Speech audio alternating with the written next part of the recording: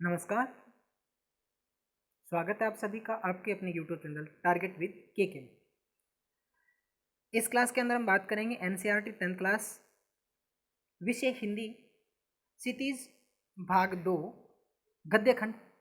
इसका जो पहला लेसन है उसकी गद्यांश नेताजी का चश्मा है, उसके गद्यांश और भाष के जो प्रश्न उत्तर हैं वो हम करेंगे।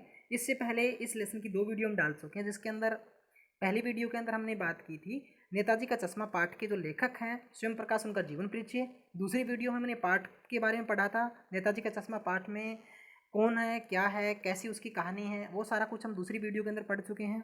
अब इस लेसन की हम तीसरी वीडियो लेकर आए हैं, जिसके अंदर हम गद्यांश पढ़ेंगे और अभ्यास के प्रश्न उत्तर वो करेंगे।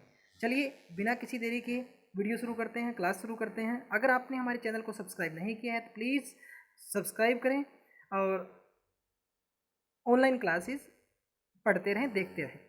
चलिए मैं इस जो गद्यांश का टॉपिक हमारा उसके ऊपर आपका बिल्कुल भी समय बर्बाद नहीं करूँगा, ना ही आपको इसके बारे में डिटेल से बताने वाला, क्योंकि इसके बारे में पहले भी काफ़ी बार डिस्कस हो चुकी हैं और आप समझदार बच्चे हो तो आपके पेपर में गद्यांश आपके लेसन के अंदर से ही आते हैं। 4-5 लाइनें आपको मिलती हैं और वही लाइनें आपके ऊपर पेपर में मिलती है और उसी लाइनों को पढ़कर, गद्यांश को पढ़ करके पाठ के आधार पर आपको ये नीचे लिखे प्रश्नों के उत्तर देने होते हैं। तो मैं केवल एक गद्यांश आपको पढ़ के बता रहा हूँ, उसके क्वेश्चन बता दूंगा, फिर आप बाकी सारे गद्यांश अपने आप कर भी सकते हो। इस दृष्टि से यह सफल और सराहनीय प्रयास था। केवल एक चीज़ की कसर थी जो देखते ही खटकती थी, नेताजी की आंखों पर चश्मा नहीं था। यानी चश्मा तो था लेकिन संगमरमर का नहीं था, एक सामान्य और सचमुच के चश्मे का चौड़ा काला फ्रेम मूर्ति को पहना दिया गया था। हालदार साहब जब पहली बार इस कस्बे से गुजरे और चौराहे पर पान खाने रुके, तभी उन्होंने उसे लक्षित किया और उसके चेहरे पर एक कौतुक भरी मुस्कान फैल गई। यानी कहने का मतलब, जो नेताजी की मूर्ति लगाई गई थी संगमरमर की, जो मूर्तिकार है उस पर चश्मा लगाना भूल गया था। रियल वाला ओरिजिनल जो चश्मा था, वास्तविक चश्मा लगाना भूल गया था। बाद में किसी देशभक्त ने उसकी अधूरी मूर्ति को देखा और अपने पास से उस पर काले चौड़े फ्रेम का एक काला चश्मा उस पर लगा दिया था। और ये सब हालदार साहब देखता है तो वो उसको हैरानी होते हैं कि इस तरह का काम है वो कौन व्यक्ति कर रहा है, कौन है जो इस तरह की भक्ति भावना, देश प्रेम की भावना रखता है। तो ये सब देख करके उसके चेहरे पर एक कौतुक भरी यानी जिज्ञासा, हैरानी सी होती है उसके चेहरे पे। तो ये आपके लेसन से उठाई गई लाइनें हैं, गद्यांश है। इसी को पढ़कर आपको नीचे ली गई प्रश्नों के उत्तर देने होते हैं। तो आपको पहली बात तो ये समझ में आ गई कौन से पाठ से ली गई है, नेताजी का चश्मा। इसके लेखक कौन है, स्वयं प्रकाश से हैं। तो पहला क्वेश्चन तो आपका यही है, पाठ और लेखक का नाम बताइए। दूसरा, कौन सा प्रयास सफल था और कैसे, बताइए कैसे, कौन सा प्रयास सफल था। नेताजी की मूर्ति पर चश्मा लगाने का जो प्रयास है वो सफल था। और कैसे, क्योंकि किसी व्यक्ति ने, किसी देशभक्त ने उस मूर्ति पर अपने पास से काला चौड़ा मोटा फ्रेम जो लगा दिया था, जो मूर्ति के ऊपर बिल्कुल सही सुंदर बैठता था और जो अधूरी मूर्ति थी उसकी कमी को वो पूरा करता है। कहाँ क्या खटक रहा था और क्यों खटक रहा था। इसके बाद क्वेश्चन है, हालदार साहब ने क्या लक्षित किया और कैसे किया। हालदार साहब के चेहरे पर कौतुक भरी जो मुस्कान है वो फैल गई थी, इसके पीछे क्या कारण था। हालदार साहब के चेहरे पर कौतुक भरी मुस्कान फैलने का क्या कारण था। ये क्वेश्चन है वो आपके लेसन के अंदर से उठाए गए हैं। आप इनके यहाँ से आंसर भी देख सकते हो, बिल्कुल रटने की जरूरत नहीं है, ना ही आपको सेम एज इट इज़ लिखने की जरूरत है। आप लेसन के आधार पर इन प्रश्नों के उत्तर दे सकते हो। बिल्कुल आपको टू द पॉइंट लिखने हैं, यानी कम शब्दों में इसके उत्तर देने हैं। आपको ज़्यादा बड़ा 4-5 लाइनें लिखने की जरूरत नहीं है, 1 या 2 लाइन हो सकता है। कई बार जैसे पहला क्वेश्चन है इसका 1 शब्द में उत्तर में काम चल जाता है आपका। इसी तरीके से जो मैक्सिमम इसकी 2 लाइनें ही आपको लिखनी है, 2 से ज़्यादा लाइनें इसकी आपको नहीं लिखनी, क्योंकि 1 नंबर का क्वेश्चन है तो इसके नंबर के हिसाब से आप इसका उत्तर दें। दूसरा गद्यांश आप देख सकते हो, 15 दिन बाद फिर उसी कस्बे से गुजरे। कस्बे में घूमने से पहले ही ख्याल आया कि कस्बे की हृदय स्थली में सुभाष की प्रतिमा अवश्य ही प्रतिस्थापित होगी, लेकिन सुभाष की आंखों पर चश्मा नहीं था। इस तरीके की लाइनें भी आपके उसी बुक से ली गई है, पाठ से ली गई है। तो इसमें वही वैसे ही क्वेश्चन आपको मिलेंगे, पाठ पर आधारित, गद्यांश पर आधारित प्रश्न है। आप फटाफट इसको पढ़ भी सकते हो साथ साथ, और जैसे ही आप पढ़ोगे तो आपको तुरंत दिमाग में आ जाएगा कि हाँ इसी लेसन से इसको लिया गया है। तो ध्यान ये रखना है, पाठ आपको ध्यान से पढ़ना है और ध्यान से इसके क्वेश्चन पढ़ने हैं। क्वेश्चन भी आपको वही मिलेंगे जो बारी बारी लेसन के अंदर आते हैं, इंपॉर्टेंट चीज़ें हैं। तो यहाँ से आपका जो गद्यांश का कॉन्सेप्ट है वो भी क्लियर हो जाएगा और अभ्यास के प्रश्न उत्तर वाला कॉन्सेप्ट भी आपका क्लियर हो जाएगा। आपको जितने भी गद्यांश बनते हैं ध्यान से पढ़ना है हर एक पैराग्राफ को, और इसके उत्तर आपको अपनी समझ से देना है पाठ के आधार पर। जरूरी नहीं आपको यहीं से इसके कॉपी पेस्ट करो आप सारे के सारे, कई क्वेश्चन काफ़ी बड़े हैं यहाँ पे, तो आप इनको छोटा करके और बिल्कुल जो बात पूछी है वही बात आपको लिखनी है। बाकी गद्यांश आप इसी आधार पे कर सकते हो। अब हम बात करते हैं अभ्यास के क्वेश्चन आंसर की। अभ्यास का पहला प्रश्न है, वेरी वेरी इंपॉर्टेंट क्वेश्चन है ये, काफ़ी बार एग्जाम में आया हुआ भी है और अब की बार भी एग्जाम में आने की पूरी इसकी पॉसिबिलिटी है, संभावना है। पहला क्वेश्चन है, सेनानी न होते हुए चश्मे वाले को लोग कैप्टन क्यों कहते हैं? ये कैप्टन के चरित्र की विशेषताएं बताइए। वो फौजी भी नहीं था, आज़ाद हिंद फौज का सिपाही भी नहीं था, सुभाष चंद्र बोस का साथी भी नहीं था, फिर भी लोग उसको कैप्टन कहते हैं, क्यों? उसके कैरेक्टर की विशेषता बता। तो क्या हो सकती है? चश्मे वाला कोई सेनानी नहीं था, मतलब सेना का सिपाही नहीं था, न ही वे देश की फौज में था, फिर भी लोग उसे कैप्टन कहकर बुलाते थे। इसका कारण यह रहा होगा कि चश्मे वाले में देशभक्ति की भावना कूट कूट कर भरी हुई थी। वह अपनी शक्ति के अनुसार देश के निर्माण में अपना पूरा योगदान देता था।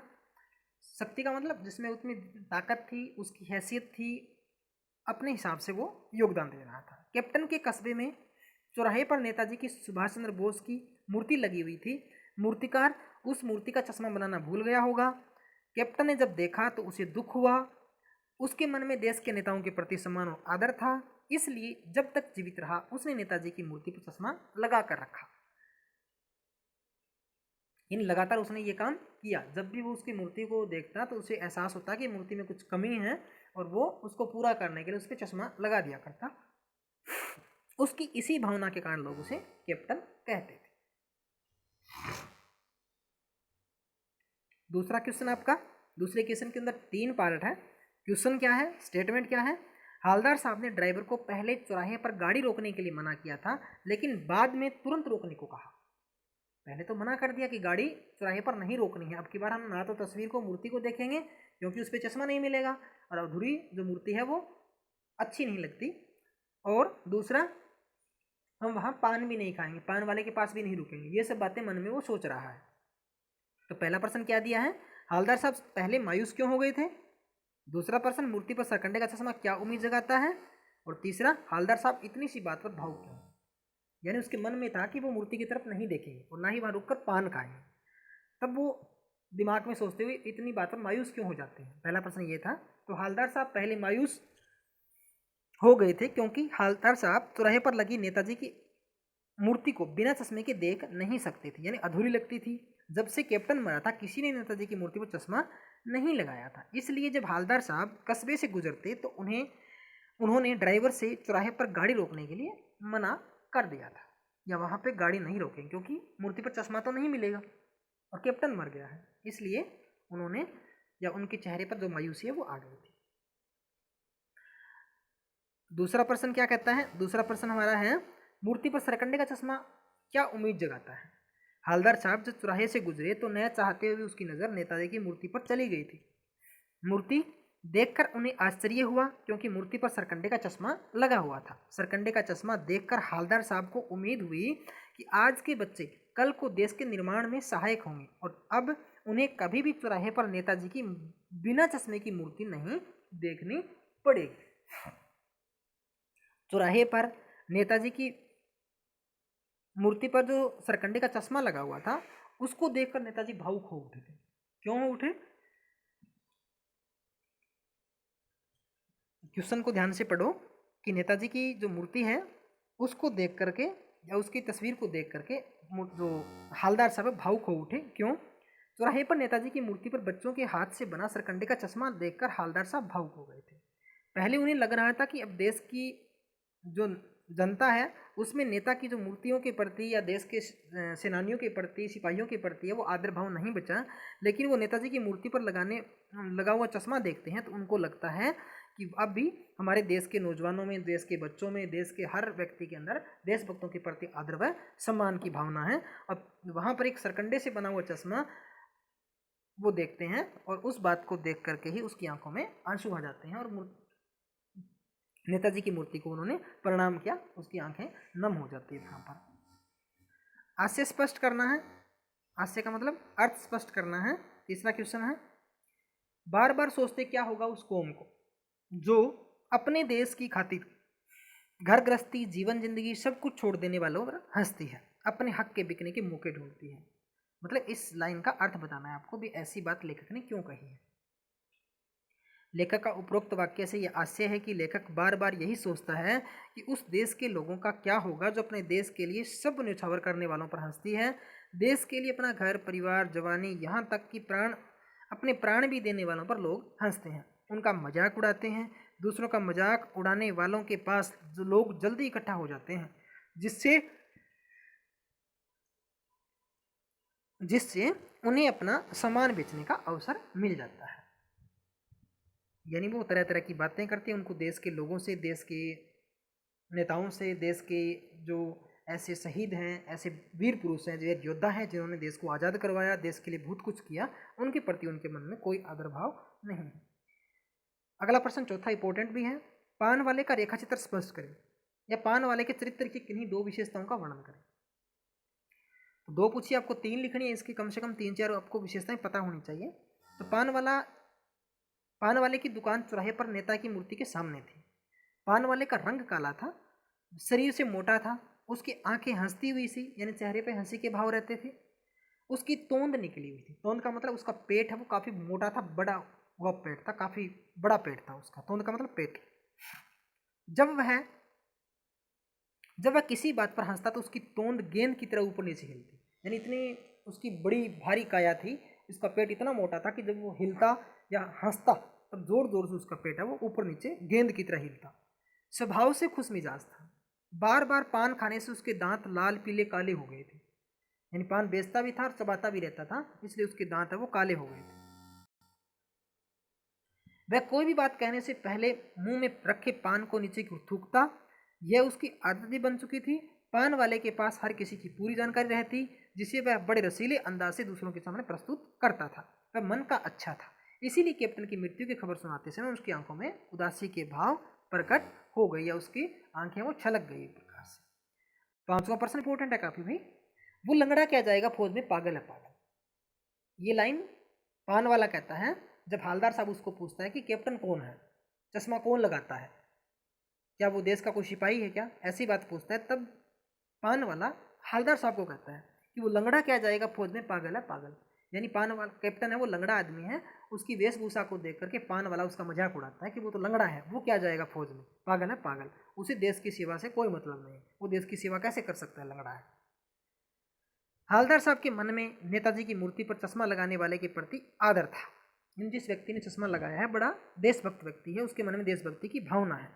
जब उन्हें पता चला कि चश्मे लगाने वाला कोई कैप्टन था तो उन्हें लगा कि वह नेताजी का कोई साथी होगा, परंतु पान वाला उसका मजाक उड़ाते बोला कि वह लंगड़ा व्यक्ति है, इसलिए फौज में कैसे जा सकता है, एक लंगड़ा फौज का सिपाही कैसे हो सकता है, यानी वो देश सेवा कैसे कर सकता है। पान वाले का कैप्टन की हंसी उड़ाना अच्छा नहीं लगता, एक वही है जिसने नेताजी की मूर्ति के अधूरे व्यक्तित्व को पूरा किया था, उसके नेताजी के प्रति आदर भाव से ही पूरे कस्बे की इज्जत बचा रखी थी। पान वाले के मन में था यदि ऐसे लोग देश के लिए कुछ कर नहीं सकते तो उन्हें किसी की हंसी उड़ाने का भी अधिकार नहीं है, यानी अगर वो खुद देश सेवा नहीं कर सकते, देश के लोगों के लिए, देश के शहीदों के लिए, देश के वीर पुरुषों के लिए कुछ नहीं कर सकते तो उनका दूसरों को मजाक उड़ाना भी अच्छा नहीं लगता, शोभा नहीं देता। कैप्टन जैसे भी व्यक्तित्व का स्वामी था, उसके मन में देश के प्रति कर्तव्य भावना कम दिखाई।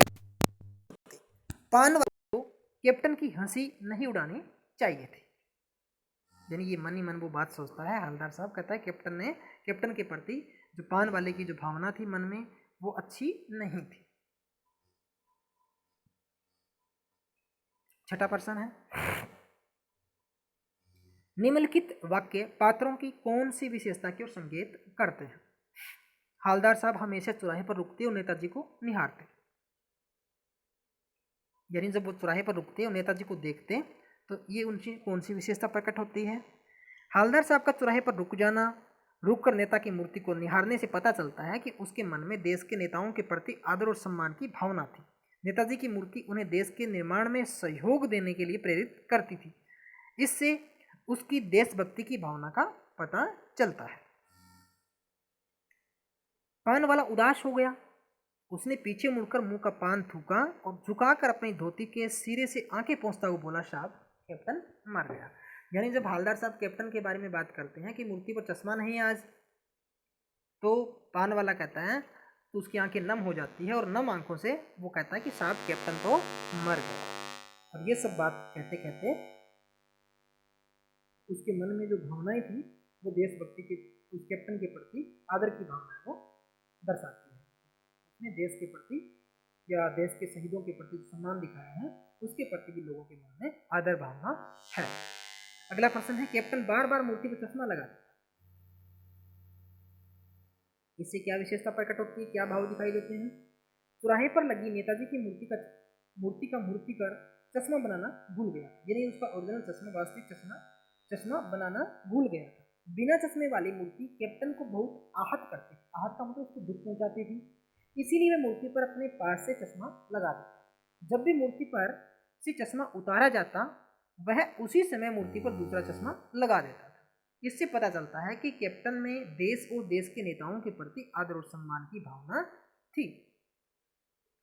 अगला क्वेश्चन है, ये भी इंपॉर्टेंट प्रश्न है भाई। जब तक हवलदार साहब ने कैप्टन को साक्षात देखा नहीं था, यानी उनके आमने सामने कभी बात नहीं हुई या कभी उनको स्पष्ट रूप से देखा नहीं था, तब तक उसके मानस पटल, उसका मतलब हवलदार साहब के मानस पटल पर उसका यानी कैप्टन का कौन सा चित्र रहा होगा? अपनी कल्पना से लिखिए।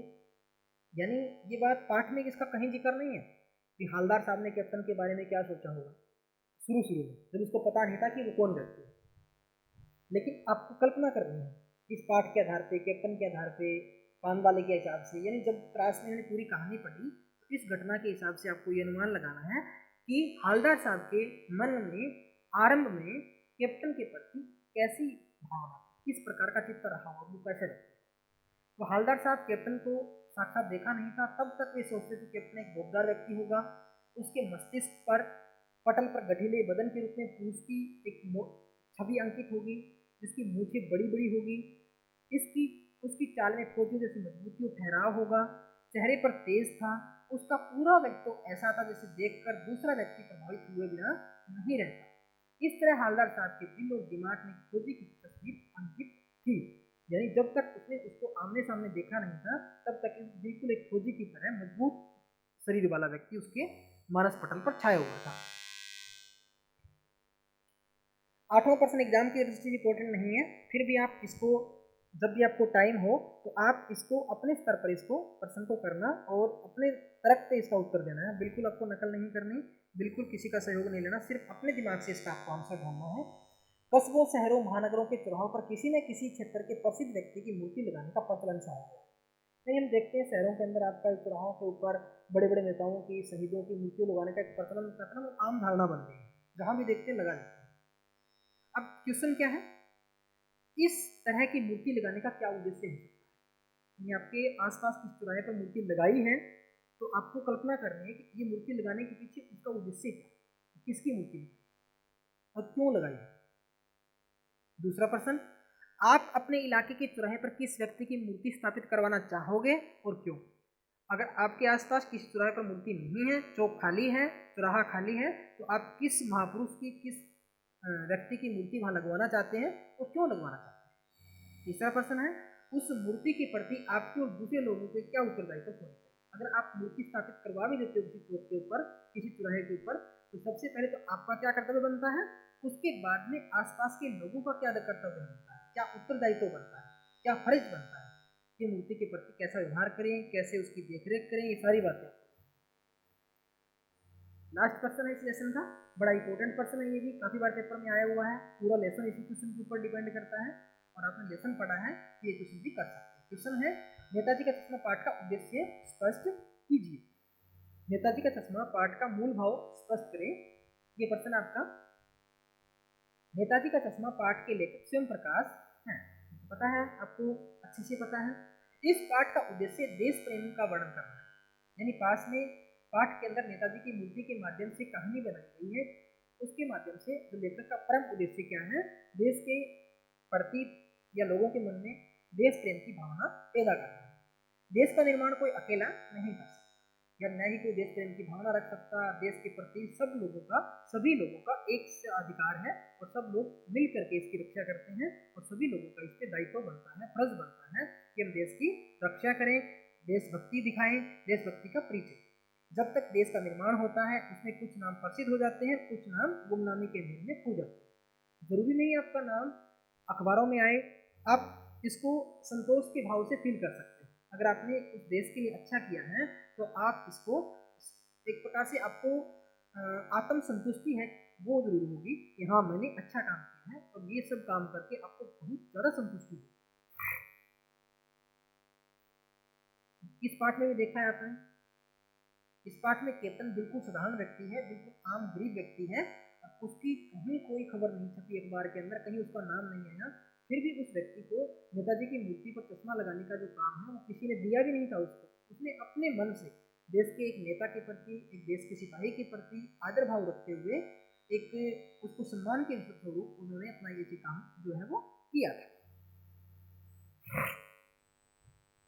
और प्रस्तुत पाठ में यही दिखाया गया है किस तरीके से जो मूर्तिकार है वो चश्मा बनाना भूल गया, उसकी अधूरी मूर्ति है वो किस तरह से थोड़ी सही नहीं लगती, नेताजी की छवि के अनुरूप वो मूर्ति सही नहीं थी, उसके चश्मा की कमी है वो खलती थी और चश्मा की कमी वास्तव में थी। तो चश्मे वाले यानी कैप्टन ने अपने पास से उससे चश्मे वो लगाता रहता है और जब तक वो जीवित था तब तक उसके चश्मा वो लगाए रखता था। तो इस तरीके से पाठ में हालदार साहब की, पान वाले की भी, कैप्टन की भी देशभक्ति की भावनाओं को दर्शाया गया है और हालदार साहब को भी देशभक्ति की भावना से भर देता है। अंत के अंदर वो भी बार बार जब कैप्टन की मृत्यु का समाचार सुनता है तो वो भी उदास हो जाता है। अतः इस पाठ का प्रमुख लक्ष्य है देश के निर्माण में करोड़ों गुमनाम व्यक्ति अपने अपने ढंग से योगदान देते हैं। इस योगदान में बड़े ही नहीं अपितु बच्चे भी शामिल होते हैं। जैसे बच्चे ने लास्ट में सरकंडे का चश्मा लगाकर भी देशभक्ति का परिचय दिया था। इस तरीके से आपके जो लेसन के क्वेश्चन आंसर है वो कंप्लीट होते हैं। आशा है आप लोगों को क्वेश्चन समझ में आए होंगे। आप लोगों ने इस क्लास को ध्यान से सुना, देखा, इसके लिए आपका बड़ा धन्यवाद। लगातार आप अपने टीचर के संपर्क में रहें। अगर आपको कोई समस्या आती है तो आप अपने टीचर से फ़ोन करके पूछ सकते हो। अपने किसी घर के बड़े बुजुर्ग से, आपके बड़े भाई बहन से, आपके पड़ोस में अगर कोई टीचर रहता है तो आप उसके पास जा सकते हो या सीधा फ़ोन से अपने क्लास टीचर के पास संपर्क कर सकते हो। तो thanks for watching my YouTube channel target with KK. अगर आपको हमारी क्लास अच्छी लगी हो तो प्लीज़ हमारे चैनल को सब्सक्राइब करें और शेयर भी करें अपने दोस्तों के साथ। लगातार बने रहिए हमारे चैनल के साथ। आपको इस क्लास के अंदर, इस वीडियो के अंदर, हमारे पूरे चैनल के ऊपर आपको लगातार आपकी क्लास से जुड़ी हुई वीडियो है वो मिलती रहेगी। इसी तरीके से जुड़े रहिए हमारे साथ। Thank you.